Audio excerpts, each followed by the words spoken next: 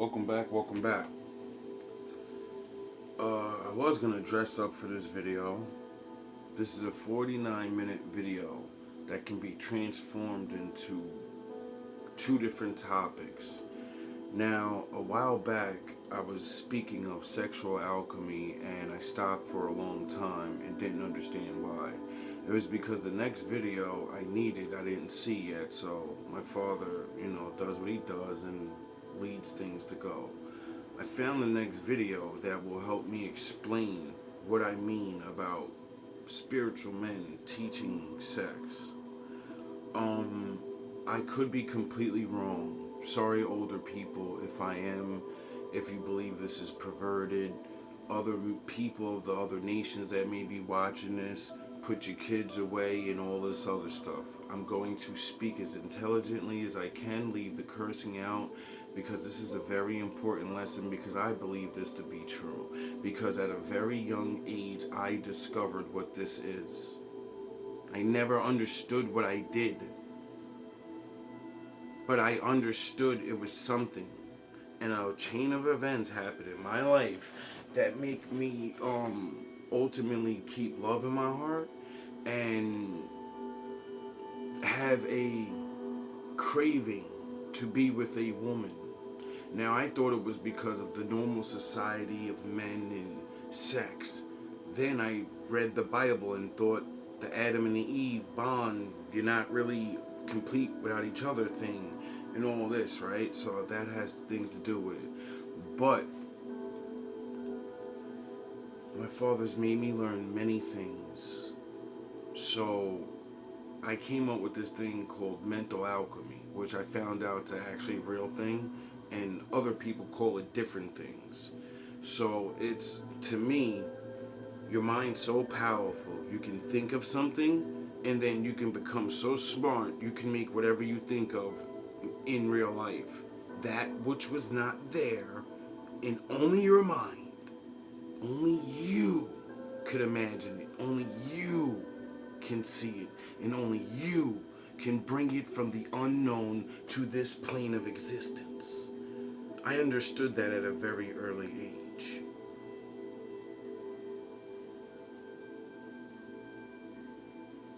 But I didn't have the proper knowledge or books or training to go further and be a master. So I had to develop it myself. Thank God that I found the Bible, because I would have used it like all men and made material. Now, I can go on and on and on, because I want to warm you up, because this is about to get deep, and let's go. Chapter 11. The Mystery of Sex Transmutation. The 10th Step Towards Riches.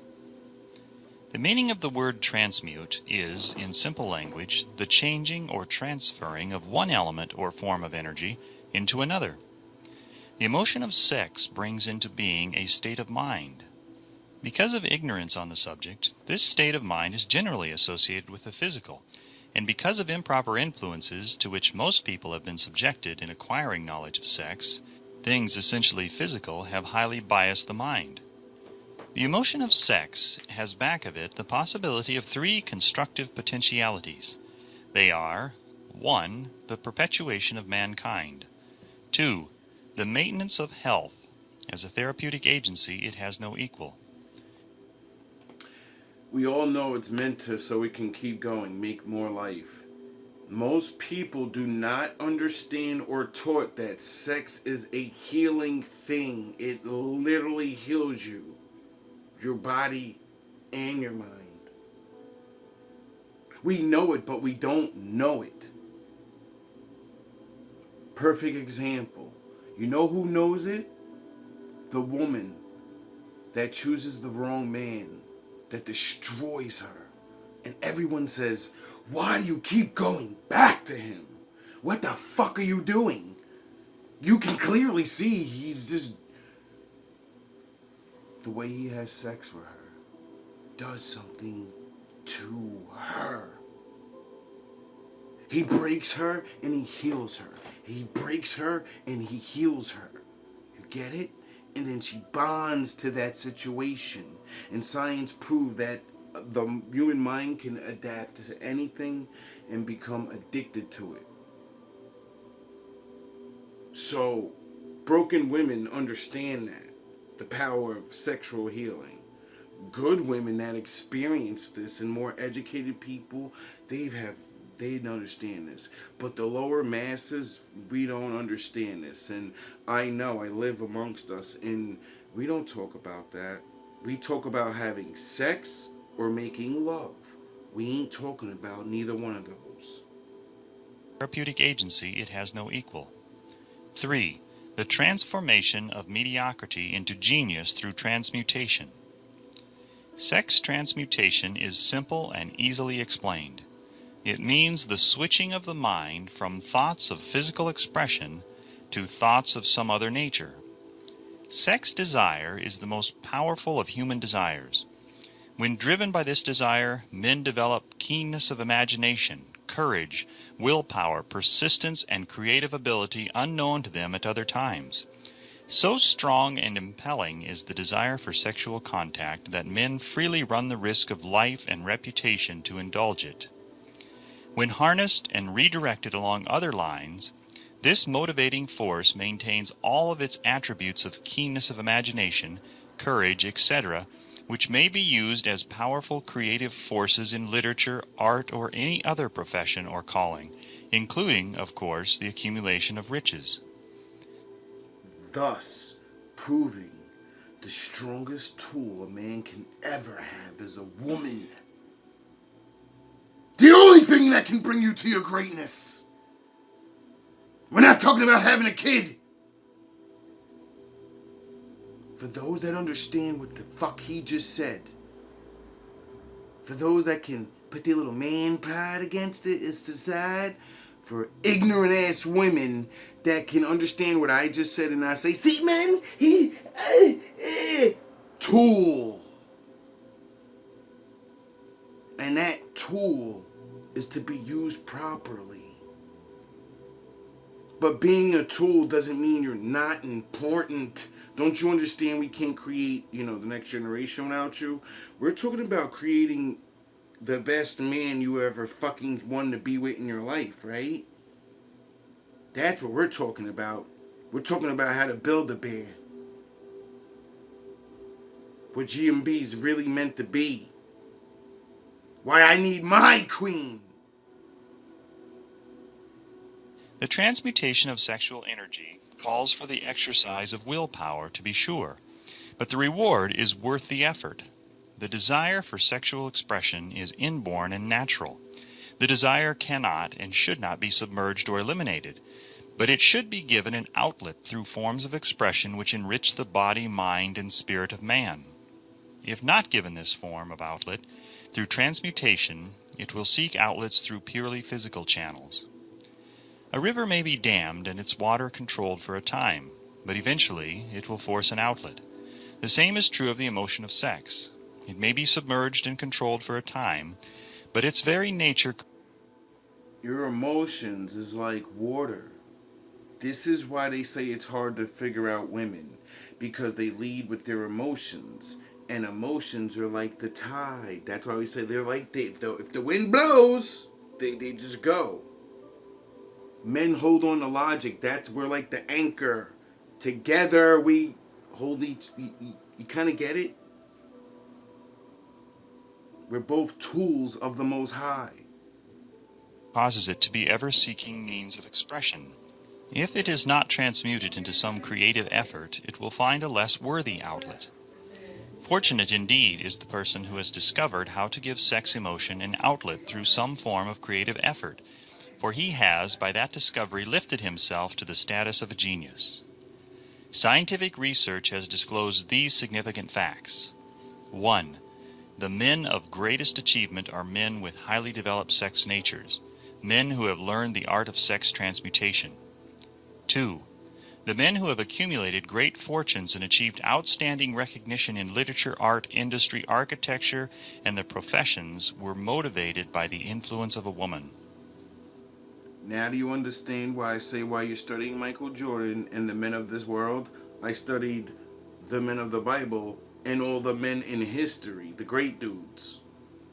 And yeah, they all needed a woman. There were certain things about being a man and being with a woman that we don't share that relationship no more. We don't even know what the fuck it is anymore. The research from which these astounding discoveries were made went back through the pages of biography and history for more than 2,000 years. Wherever there was evidence available in connection with the lives of men and of great achievement, it indicated most convincingly that they possessed highly developed sex natures. The emotion of sex is an irresistible force against which there can be no such opposition as an immovable body. When driven by this emotion, men become gifted with a superpower for action. Understand this truth, and you will catch the significance of the statement that sex transmutation will lift one to the status. Why do you think men do so much greatness or wickedness trying to get a woman? That's how powerful women are. And if they only stood righteously and only would be with righteous men, that would force more men to be good. Of a genius. The emotion of sex contains the secret of creative ability. Destroy the sex glands, whether in man or beast, and you have removed the major source of action. For proof of this, observe what happens to any animal after it has been castrated. A bull becomes as docile as a cow after it has been altered sexually. Sex alteration takes out of the male, whether man or beast, all the fight that was in him. So scientifically, if a man does not use his penis ever, then he'll automatically get docile and not have the passion and care for life. So when you guys say, why the fuck do you always think about sex? Alteration of the female has the same effect. Because you make us The happy. 10 mind stimuli. The human mind responds to stimuli through which it may be keyed up to high rates of vibration, known as enthusiasm, creative imagination, intense desire, etc. The stimuli to which the mind responds most freely are 1. The desire for sex expression. 2. Love. 3. A burning desire for fame, power, or financial gain, money. 4. Music.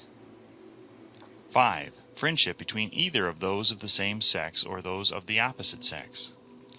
6. A mastermind alliance based upon the harmony of 2 or more people who ally themselves for spiritual or temporal advancement. 7. Mutual suffering, such as that experienced by people who are persecuted. 8. Autosuggestion. 9. Fear. 10. Narcotics and alcohol. The desire for sex expression comes at the head of the list of stimuli which most effectively step up the vibrations of the mind and start the wheels of physical action. 8 of these stimuli are natural and constructive, 2 are destructive.